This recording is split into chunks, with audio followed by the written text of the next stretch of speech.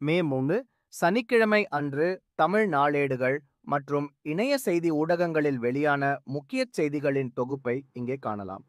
கத்திரி வெயில் எனப்படும் அக்னி நட்சத்திரம் தமிழகத்தில் நாளை மே 4 தொடங்குகிறது என்று இந்து தமிழ் நாளிதழ் செய்தி வெளியிட்டுள்ளது. தென்னிந்திய பகுதிகளின் மேல் வளிமண்டல கீழடுக்கு பகுதிகளில் கிழக்கு மேற்கு திசை காற்று சந்திக்கும் பகுதி நிலவுகிறது.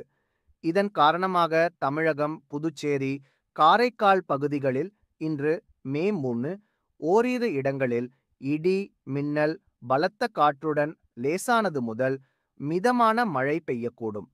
நாளை முதல் 8ஆம் தேதி வரை தமிழகத்தில் ஒரு சில இடங்களில் மிதமான மழை பெய்ய வாய்ப்பு உள்ளது.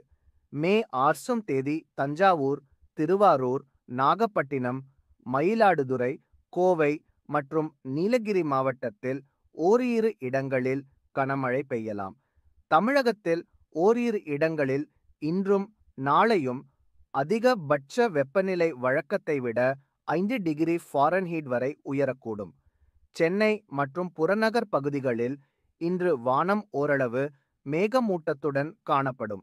நகரின் சில பகுதிகளில் லேசான மழை பெய்ய வாய்ப்பு உள்ளது.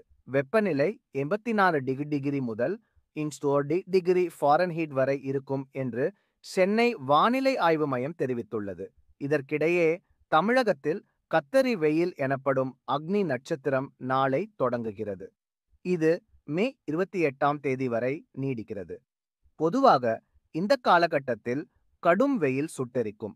ஆனால் சமீப காலமாக அக்னி நட்சத்திர காலகட்டத்தில் பரவலாக பல பகுதிகளில் கோடை மழை பொழிந்து குளிர்ச்சியை கொடுத்து வருகிறது என்று அந்த செய்தியில் குறிப்பிடப்பட்டுள்ளது.